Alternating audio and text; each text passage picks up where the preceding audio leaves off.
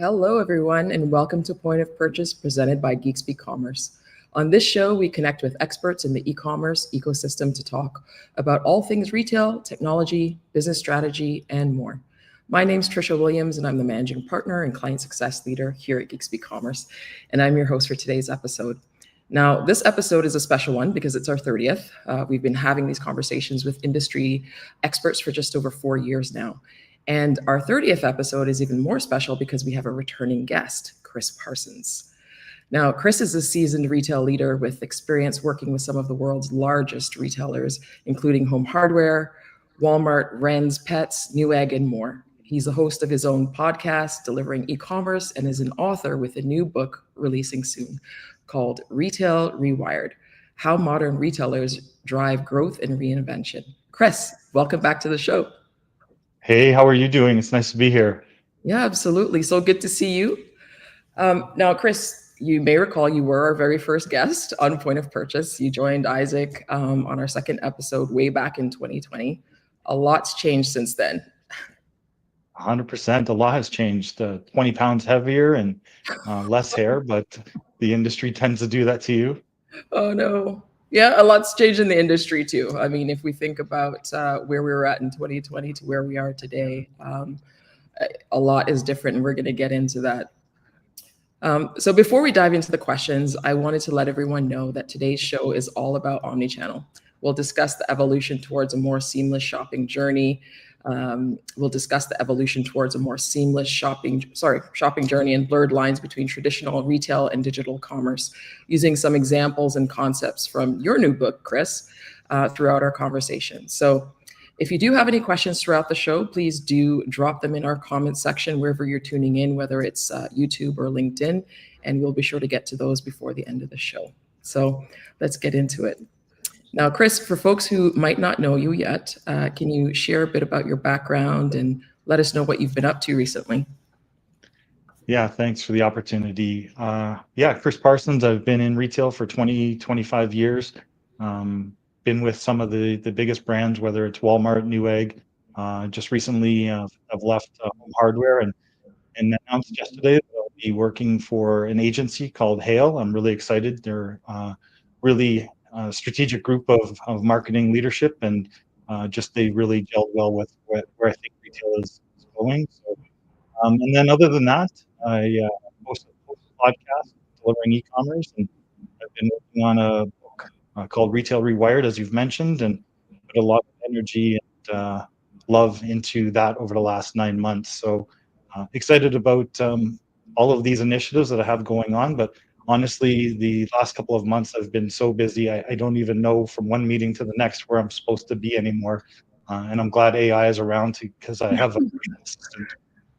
Absolutely. Well, first off, congratulations on your new role. I saw the announcement yesterday on LinkedIn. So congrats and welcome to the agency side.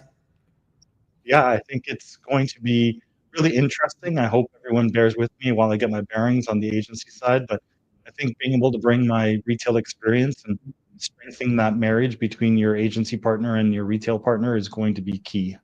For sure, for sure. Okay, so let's talk about your book. It's called Retail Rewired. Why did you decide to write that book now? Well, Retail Rewired has been something that I've been thinking of for many years.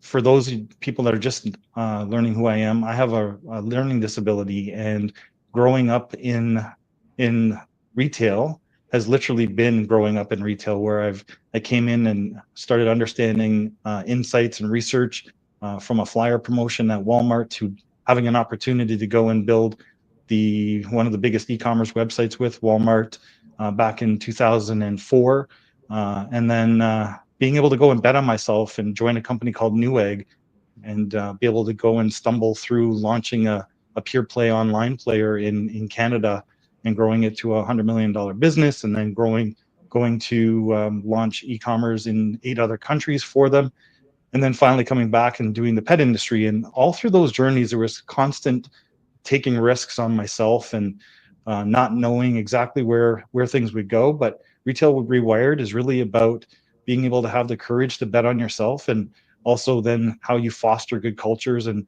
relationships and network with folks in the industry. You mentioned this is a second time doing a podcast. I have been my partner creating win-wins for 20 years now, and it's about fostering relationships and how to just really drive success and knowing that you are going to fail at points, and it's about having what you do to pick yourself back up after those failures happen. Absolutely. So I've known you, I think, since 2010, when you were still at Walmart, and want to say thank you for taking us along on your journey, because we've partnered on several occasions over the years. So really appreciate that partnership as well.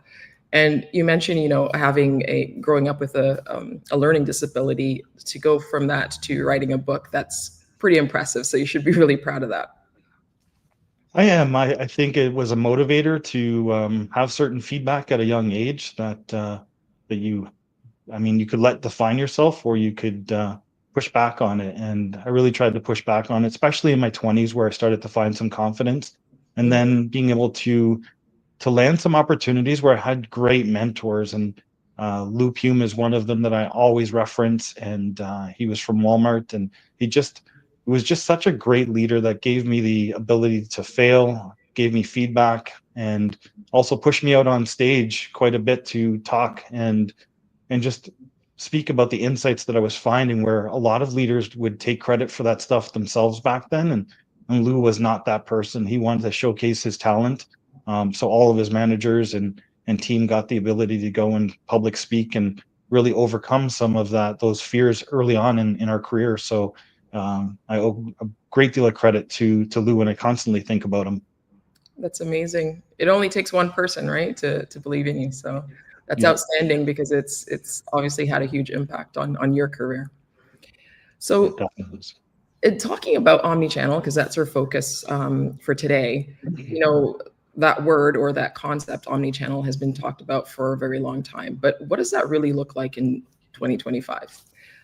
How are brands showing up where their customers need them? Yeah, I think it's really retailers have to really listen to their consumers more. And just because you've put together a marketing calendar and you've assigned dollars to be spent on specific channels or tactics, if you're listening to your customers, you have to go to where they are, and that could be TikTok this month, or it could be back to Pinterest in a few months from now. And as long as you're trying to be where the customers are and listening to them and engaging, not just selling. I think engagement and how you talk to them is key. The brands that are going to win are the ones that are seeking out where their customers are and not just trying to get their customers to come to them. So, Absolutely. sorry, I just wanted to add that, my perspective on omnichannel, and it is a term that is kind of overused. I think there's a book that we'll reference later on, Remarkable Retail, where they talk about customers and being a harmonized shopper. Omnichannel to me is, just in the simplest term, is just throughout all of your channels, making them seamless. For sure, for sure. And I think you touch on showing up for your customers in key moments. One trend I really love right now on TikTok, especially, is when folks are sharing moments in their lives, whether it's happiness, joy, sadness, anger, and brands are weighing in with comments. And it's almost like they're showing up like celebrities in the comment section, and everyone else is rallying around those brands who are showing up for those customers in those key moments. So it's been really good to see. Yeah, I agree. And it's retail, I think, is maturing finally and starting to get more and more away from the high-low game on pricing, because that's just a quick transaction, but you're not creating a community at all with those folks or any loyalty. For sure, for sure. All right, so let's talk about the retail trinity. You introduce this concept in your book. So the retail trinity includes content, community, and commerce. So can you break that down for us? And which one do you think brands misfire on the most? Yeah, I've been talking about this for years now. Actually, I think I started really talking about it when I was with Newegg, especially without a bricks and mortar store. It was really difficult to gain an audience. So a lot of retailers will have you come in, and the first thing they want to talk about is what your sales will be. And without understanding your customer and what the communities look like and what your market and who you're going after, the personas that you're speaking to, all Right. of that is critical. You can't just say, I want to sell to somebody a new laptop.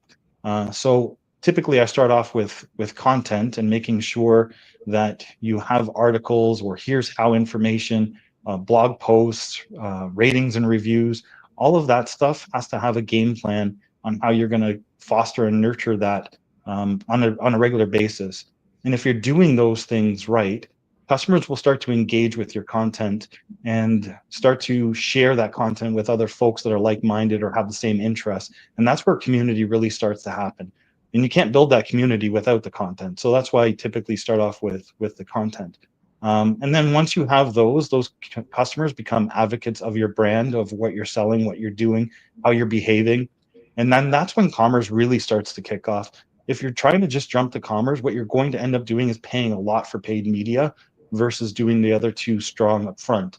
Where I think retailers do over index is a lot of times on the content because they're just turning out content for the sake of turning it out. And it's not really adding value to what their customers are looking for. And when you think about how they started with the content, if they're delivering on the side of a community now and customers are finally engaging, now they should start to leverage that community, ask them questions, do surveys with those customers. Those are your early adopters, and you want to hear what enticed them, what engaged them. And then you go back and redefine your content strategy based on that community because you now know what's working versus trying to spray and pray with all kinds of different content. And then lastly, I would just always try to, anyone working for a retailer knows how important it is to deliver on your P&L. But as you get into a company, have real conversations about commerce, where the marketplace is, what impact the governments are having, because it's not just about commerce today, it's about a long-term plan, and you got to create short, midterm, and long-term wins when it comes to sales. For sure. The P&L is the holy grail in retail, right? So, um, you know, it's like you were preaching to the choir there because, our focus is very much on content and listening to customers and really building content around what consumers are saying. Often when we are creating content here at GeekSpeak, we're taking deep dives into comments to understand how customers feel about a brand or a specific product so that we can answer questions within the contents and so forth. So all of what you just said resonates with me for sure. Yeah, I think as you pointed out, you do really great content, but I do believe retailers really need to define who their personas are because even with working with a partner, the more information and the more context we can give about our priority categories or where we want to win, because you can't win on everything, it will cost a fortune. The better your partners will be able to deliver on where you're trying to drive the business. So I think it's critical to have that communication and that kind of onboarding. Absolutely. Got to know those personas for sure. Now, you talk about hyper local marketing, and I kind of get the sense that this may have been inspired by your time at Home Hardware. I know, Home Hardware has the dealer model, and it also has a wide variety of store formats. So it could be anything from a small footprint in downtown Toronto to a very large store in rural Ontario or Alberta. Can you expand on what you believe effective localization looks like and why it matters more now than ever? Yeah, I think I really started to appreciate it, you're right, with home hardware, but it's something that all retailers can refocus on. Home hardware, I think has made me a much stronger retailer than I've ever been. So Mm. having 6 years with that organization, I think has just really amplified my understanding of the Canadian market. And what I mean by hyper local is a lot of times we'll want to just rush out with a national flyer, but the more you start to think about where the home offices of places are located, like most of us are located in Ontario, we really do drive our seasonal calendar and what the weather's like and all of these kind of biases based on Ontario versus understanding when you go to market, do you feel tone deaf now in those other communities because it's 5 degrees cooler or 10 degrees hotter?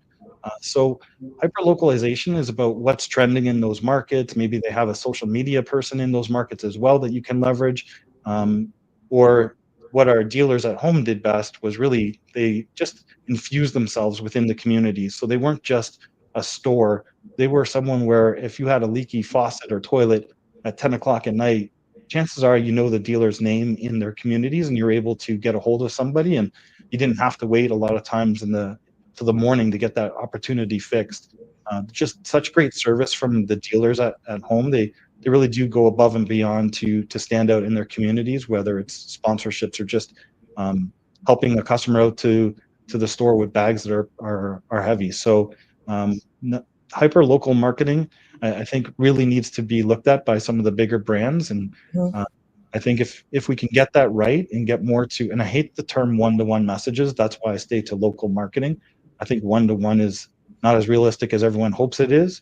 Sure. Um, but hyper local and making sure that you have the right assortment for the community is key. And also think about the access that they have to the competition. Like a lot of times a retailer will worry about a competitor like Amazon, but they may not even play a big role in some of the communities right now because the last mile is so difficult still in some parts of Canada.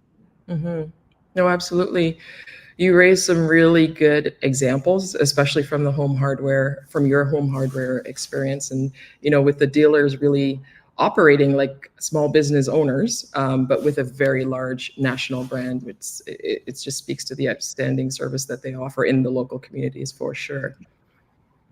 So before we get into our next question, I do want to remind everybody that you can submit questions for myself or for Chris, and we'll pick those up before the end of our conversation here. So let's get back into it. Our last point of purchase episode, we looked at the rise of retail media networks, Mm. including ad placements across websites, apps, email, and even in-store screens.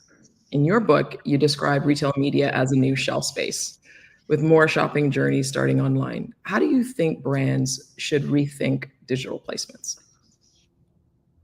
Yeah, I think a lot of times brands will jump to retail media just because it's a revenue stream where they get to have some dollars come in from suppliers, and that's great because it does help offset some of the marketing activities. But you really have to make it a part of more symbiotic with your marketing plan. And if you're planning on advertising, I don't know, I guess my mind always wants to go to the home industry right now, but if you wanted to look at promoting power tools, for example, and your flyer has, I don't know, a DeWalt power tool in it, you definitely don't want to go out and buy or have um, another supplier like, I don't know, Milwaukee come and buy the advertising space that's available, because now you have two brands competing for the same message at the same time. So it's about how you start to rethink retail media. But when I talk about the new shelf space, I just think I go back to maybe 10, 15 years ago where Google had coined a term called the zero moment of truth. And basically, they took that because, or sorry, probably the first moment of truth. Basically, the zero moment of truth was basically Procter and Gamble talking about where consumers would start to identify items. And a lot of times it was on shelf at a store level. There would be 10 shampoo bottles sitting there. And then all of a sudden, Google came along and customers were finding it through now social media. They're finding from research on their websites. They were finding it from Google itself, and this created a much earlier experience for consumers. And then it also enabled and empowered them to become way more informed than just going to the store level. And I think retail media brings a new layer to that, because a lot of times you would have to physically be searching for, I need shampoo or I need XYZ. And now with retail media becoming a bigger way for the suppliers to get their information out, they're buying like key ad space that is curated for that audience. So I think it's a very powerful tool that Drew Cashmore will explain it way better than I will in the industry. But when he and I and a few others at Walmart started selling ad space years ago, who knew that it would come into this multi-billion-dollar industry for called retail media now? And I just think where I see the biggest disconnect is it feels like it's not natural right now, and I think it needs to become more natural in how it fits to the consumer journey, and especially when we talk about personalization. And then all of a sudden you're shopping for one thing, but ads are coming up that are not even relevant to what you're looking for. That will create a really just a poor experience for your customers. Right. It's interesting because this space has really exploded, and especially over the last, I'd say, probably 2 to 5 years in Canada, the different platforms that have emerged and just grown at a very quick pace. It's been really interesting to see. We've had the opportunity to speak to some of the platforms like Epsilon or Mhm. Criteo, and just trying to understand what it actually takes to stand up an RMN business. And it's a lot. And I think some retailers perhaps underestimate, what's involved in actually standing up a business like that. It just looks like a great opportunity to bring in some additional revenue, but it's an entire business on its own. It's an entire business, and then also you really have to start giving real good transparency to the suppliers that bought those ads. So if your platform is not ready to really track with good integrity the amount of impressions or click-through rates, and if you don't have a mechanism to share that feedback easily, you're going to just wear out your staff because they're just going to spend weeks trying to justify the spend to the supplier. So I still think there's some foundational things that the retailers need to dive into, the amount of traffic that you get to make it worth it when they're buying on I don't know if it's still a cost for CPM or not, but I think just before you jump into it, do a little bit more research because it's a big nut to crack. For sure. And being on the agency side, we're actually hands-on keyboard for a lot of our clients and helping them to run campaigns and so forth. And that's for some of the other campaigns that are run directly with the retailer. What you hit on, the nail on the head there about their number one concern is just transparency in the data that's available to them. So, retailers will ask for a significant investment, but in return, they don't really understand what the impact of the investment has been. Yeah, and they also, sometimes there's a disconnect on the flow of inventory as well. So you've decided to launch a campaign, let's say July 1st, and the campaign from a digital perspective goes live, but all of a sudden you find out that 25% of your stores are not set and they don't have the inventory to sell. So when you go to report on how successful it was, Yeah. you have to think of the logistics and the end to end and how long it takes for a store to turn and start to make sure that the end caps are ready or what the actionality looks like and to really get success. Otherwise, you could just be collecting dollars and adding no value to your own business or the partners that you've convinced or that they have a real good network. So I think you just want to make sure you have good transparency and you've thought through all of the flow of not just posting an ad, but how it works internally with all the other mechanisms.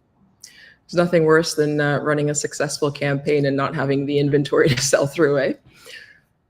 It happens a lot. So retail media networks are a really good segue into first-party data. So since one of their biggest advantages is access to this high-quality consumer insights, in your book you make the case that first-party data is the future. How should retailers approach their data strategy with cookies disappearing? Yeah, I think there's tons of best practices to go and make sure. I think the piece that I want to talk about is I've met with so many retailers recently and they talked about the size of their list or the size of their loyalty program.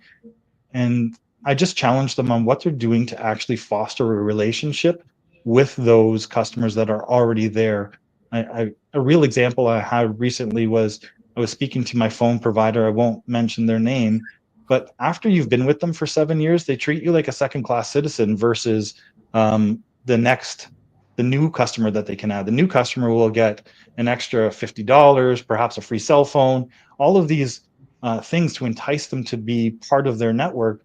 But then a loyal customer who has paid all of their bills and has done all the things right, it just feels like your costs keep going up in this world. So I would suggest that, and I get it, customer acquisition is key, but there also has to be mechanisms that you leverage to entice and promote and make sure you're nurturing that environment with your current customer base, your number one customers. And ideas that I've been messing around with lately are like even leveraging some of the new technology that's out there, crypto technology. And I know everyone makes fun of meme coins because 1 minute they're worth $100 and the next minute they're worth 2 cents. But Yep. think about it as a retailer. If you were ever leveraged a VIP meme coin and you only created 20,000 tokens, 30,000 tokens, and you allowed your top customers to have one of these meme coins, there could be real value there because it's a status, it's a feeling of belonging. That's one way of thinking about it. Or, NFTs, they blew up a couple of years ago where people were paying $1 million for a crazy photo.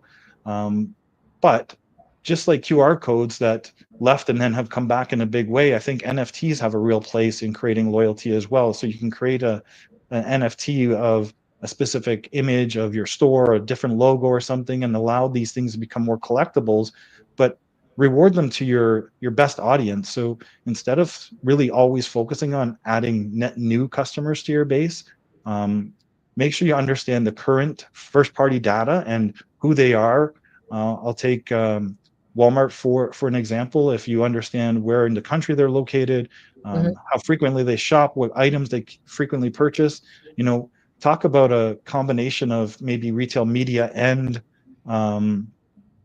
tokens. If you got a partnership with a shampoo company and they create something that's collaborative together that is rewarding a customer in a digital format, these things now, I know it sounds silly today, but can be all come collectible over time and have value or a real status symbol behind them later on.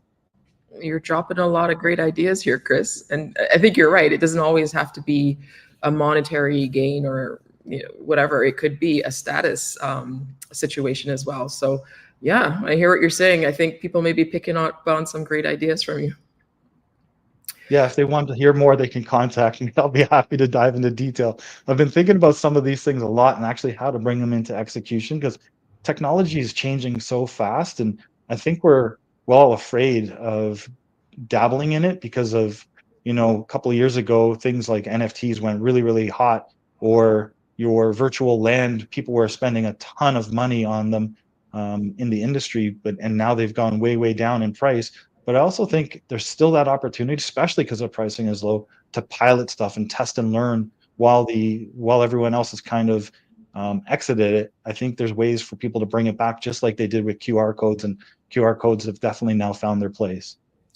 Wow, tested learn has got to be the most popular phrase right now in the digital space, especially. But I mean, just the way that it's built, it makes sense, and you don't have to invest a ton of money and commit for years and years. It is a great opportunity to test and learn.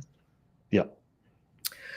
So you've said that customer loyalty today has to be emotional, right? And not just about points and discounts. What does that mean to you in more of a true practical sense on the ground? Yeah, this one is actually, it's just a personal opinion. I have a number of loyalty programs that actually, they don't really create loyalty. I mean, I collect some points, and when I'm happen to be in that store, I'll see if I can cash some of those points in, or maybe I'll see that I don't even have enough points, and I'll wait another couple of years to see if I can do it if they don't expire. But where I think loyalty really happens, and some of this stuff is going to take us back 20 years, so I apologize for this, but where I see a disconnect these days is you walk into a store today and I'll see certain, whether it's age groups or people that have their hands full, like when was the last time an associate decided to, other than I think Home Hardware is a great example of this, but decided to help you out with those groceries and get them to your car, or to, at the cash, they're often asking, did you get everything you were looking for? Well, it's really too late to ask me when I've got a lineup of 20 other people behind me, did I get everything I'm looking for? Because what am I going to say? No, I missed out on XYZ item, and make 20 other people wait while someone goes and gets me that item? How do you interact with customers throughout the shopping journey at store level and ask those questions at the right moment, so that way it's not too late? Or, I was speaking with Walmart, and they were talking about having a seamless shopping experience. And one of the biggest pet peeves in e-commerce for years has been the guest checkout. It's a necessity to allow a customer a seamless shopping experience and to check out easily, but you lose all of that connection with a customer. But yet when we think about how stores operate, They Mhm. have guest checkouts, like literally your self checkout that you go to, you you you scan all your own items, you pack your own bags, you're essentially an employee for 15 minutes, and then you walk out. So you've had the privilege to shop their store, check yourself out, carry your own stuff out. That does not create any emotional connection with a customer. In fact, probably a lot of those moments are friction. So all I'm asking is for retailers to consider how these experiences really feel for a customer and how you can insert yourself in different moments of those shopping experiences. Like even with the self checkout, maybe there's a way for someone to scan as soon as they get up to that cash instead of just doing a transaction right away, and their profile immediately comes up and it looks at what you've just been scanning as items, but also looks at your e-commerce shopping list and is alerting you to things that you may have forgot while you were there. So that way you don't get all the way home, or maybe you picked up something that needs batteries or an HDMI cable and it is prompting you at that point to get those things, so that way you don't have a frustrating experience of driving back home and seeing that you need these things. So I just think it's those types of connections versus saying that I've launched a loyalty program that create loyalty. Yeah. Sounds a lot like straight up customer service, right? In store. 100%. 100%. Interacting with people within stores that can answer questions or even anticipate questions or see that you need some support. As you're talking there, I'm just having flashbacks to recent grocery experiences where sometimes it's stressful. You've got this long lineup and you're busily trying to package your groceries in the bags yourself before everybody gets backed up. So it doesn't really allow for that engagement with the staff there, right? 100%. And I read a book a couple of years ago, and I think he's got two books out now, and I can't remember the name of the second one, but the first one really stood out with me with Steve Dennis. It's called Remarkable Retail. And I won't go through the whole thing. I encourage everyone to get the copy of that book and read it. But ultimately, it's just, what are you doing as a retailer to stand out and be remarkable in your consumers' eyes? And I can tell you it won't be price. Price will never stand out in someone's eyes. They expect a discount, or they expect to get some savings, and they expect you to have a product in store and in stock. So if you're just doing those things that are already common practice, you're not going to win. So think about how your business is being remarkable in the eyes of your key customers. For sure. And there are a lot of customers who are willing to pay a more premium price for the right service, right? And product for sure. 100%. All right. So, what do you think your final piece of advice would be to retail leaders who want to future proof their business? Yeah, I think this line sounds corny as hell, but I've quoted it a few times now. Uh, it's basically, we all want to chase the new trend, and um, I think we're missing out where the customers are, and we need to do that by chasing the truth. More surveys, more focus groups, really looking at products ratings and reviews. And I mean, I can't tell you how many websites I go on to and the reviews are a 1 for a product. At what point as retailers do we not think about taking those items out of our assortment, challenging the suppliers to do better with those items? Why do we just accept, like, the ratings and reviews are not just there for the customers to read before they purchase? I think a merchant should really be diving into what items are getting that 1 rating. What's the reason why? Is it product quality? Is it usability? What's going on with it?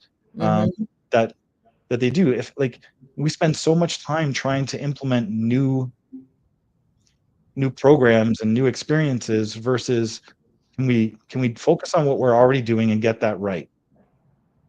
I love that actually. I mean, as a consumer, I'm always looking at ratings and reviews, and it impacts, whether or not I add a product to cart or not.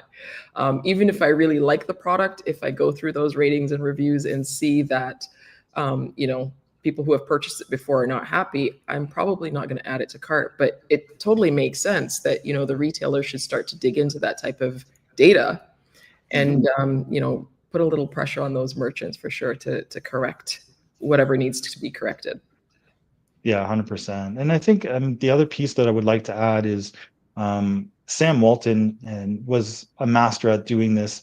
When he wanted to future-proof his business or come up with things that really made a difference, he walked the store floor. He spent time with the associates. He asked them questions. These folks are dealing with the customers every single day, so they know the friction points, they know the frustrations. And by listening to, and not just speaking to them, but really listening to them and documenting it, coming back, giving it to a committee to go and execute on, I think we'll do two things. We'll definitely help with your customer engagement, but will also help with your staff, because a lot of times they're dealing with the same opportunities and friction points over and over again, and they have to apologize on behalf of the retailer. So you'll start to build confidence from your staff and get more out of them, because they see that you're making a difference, focusing on the experience that they're giving feedback on and having to deal with on a regular basis. Absolutely. Your customers will tell you the truth. Yeah, 100%. So it looks like we have a couple of questions from our audience here. Ready to get into that? Let's see here. Yeah, I can't wait. Yeah. First question is, how does AI, the mandatory AI question, how does AI impact content strategy? Yeah, I think this was a key one. I've just been discussing with Hale and the agency about content, and especially AI now. I think the CNN had an interview the other day where people were searching 50% less and this is a US stat, so I don't know what it is in Canada, but about 50% less those blue links are getting clicked on Google, because as people are now leveraging you name any of the platforms from AI, they're discovering product there as well, or they're doing their research and insights there. So I think being able to now as a retailer go and try to find what the search trends are on some of these utilities, you can start building out a good content strategy.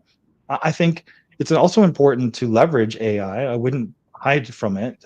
I think you can use it as great thought starters. You can use it to clean up some of the articles.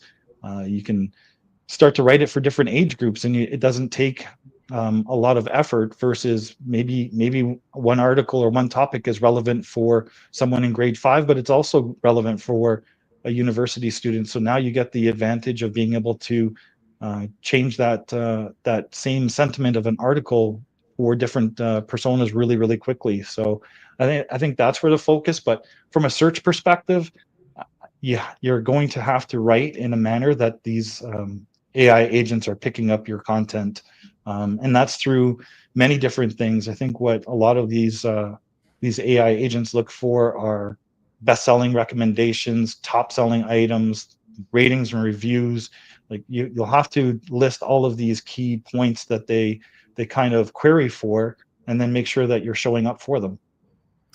Yeah, absolutely. It's interesting how much, easy access to AI tools have changed our consumer behavior. I mean, I literally was looking for a lens for a Canon camera, and I put in, the specs of the camera and asked for, additional lens options for this particular make and model.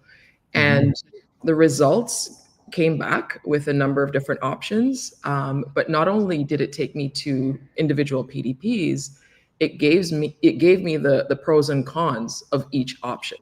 So that saved me a ton of time doing research online, trying to draw comparisons between these different lenses, and then trying to make a decision with limited information or limited knowledge. So it's incredible how consumer behavior is going to change. It is. I think the more that people engage, and I think there's a lot of early adopters right now, and I know like my folks personally would never leverage artificial intelligence, but at the same time they would never. When I started building websites, it was called the World Wide Web, and they would never go and engage with the World Wide Web. And then 10 years later, I don't think my mom has a day where there's not an Amazon package coming to her door. So I think it's going to grow quickly. And the more that we can do now today to make sure we're reviewing our content calendar, the seasonal themes, and then trying to find just again those key topics of whether it's what's the best lawnmower or what's the best patio set, and having articles with that show the top 5 or top 10 in each of those categories. I notice a lot of those type of articles are picked up from AI. And if I actually have a chance to speak to some folks that are developing AI, I'll make sure that I'll write an article on LinkedIn about how their algorithm is working. Well, I look forward to that. I'm sure it's going to come up soon. Yeah. So we've got another question from the audience here. What are the best ways to get feedback from customers, in your opinion? Honestly, I think going to the store level, watching the experience, asking customers as they're exiting, do they mind? If you take a few minutes of their time, you can have some $5 or $10 gift cards there waiting for them. The other piece is we use a partner, and I think Cattle I've mentioned a lot lately in some articles. Are really a good partner helping me with surveys for my book. Cattle is able to survey customers within minutes and hours and days, and you'll have insights that you wouldn't think you would be able to get as fast. So there's also the traditional ways that focus groups. I really believe in doing focus groups on especially key categories or initiatives that you want to make sure you're double checking on before you go and implement them. But the best way for me has always been going and speaking with the customers directly. I remember one time with Newegg, what I did was I had to go to a conference in Boston, and it was with a bunch of gamers and DIYers. And I don't think I spent more than 2 hours at the whole conference. What I did was I sat on the bus from the hotel to the conference center. We were staying at the same hotel as most of the folks that were going to the event.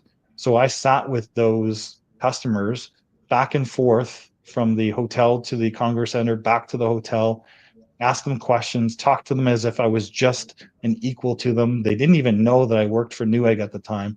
And it allowed me to get tremendous insights and go back and reshape some of the things that I had a bias on with our consumers, because I heard it directly from them. Mm-hmm.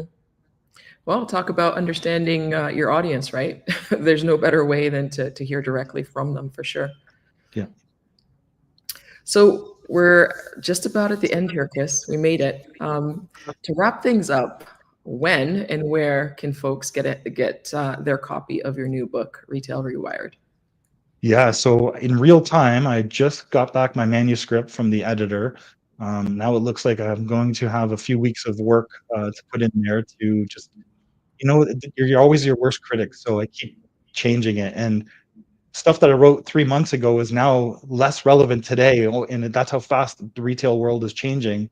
So I'm going back and making some changes. But the goal to launch this thing will be in August. August will allow me to, because I've partnered with eTail Canada, I'm going to be doing a public speaking experience with them in October and a book signing with them in October. So hopefully August it will be ready, or at least for pre-sale.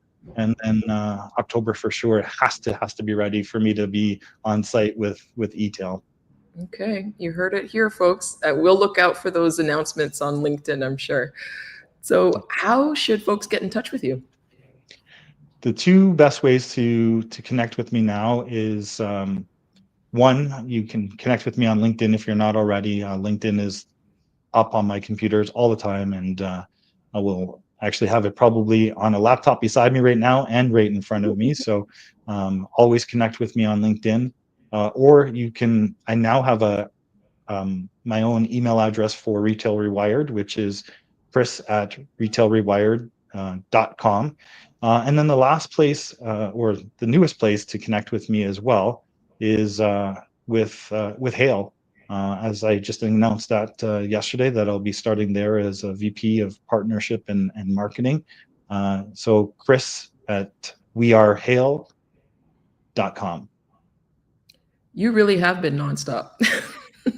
It's been a journey. I put too much pressure on myself, so it's my own fault. I'm a workaholic, and the minute I check off one thing, it's a new idea comes up. On to the next. Well, you did tell me that you have a fishing trip planned, so hopefully you get a nice break there.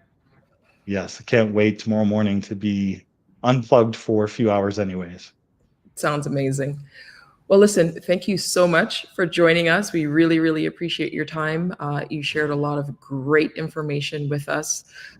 Everyone out there, please be sure to check out Retail Rewired once it's available. And thank you so much for tuning in to Point of Purchase by GeekSpeak Commerce. And if you're a retailer or a brand, head on over to geekspeakcommerce.com to see how we can support you in your omnichannel journey. And please follow us on LinkedIn to catch the next episode of Point of Purchase coming up this July. Thanks again, Chris. Thank you. I Really appreciate the opportunity. You bet. Thanks, everyone. Talk soon.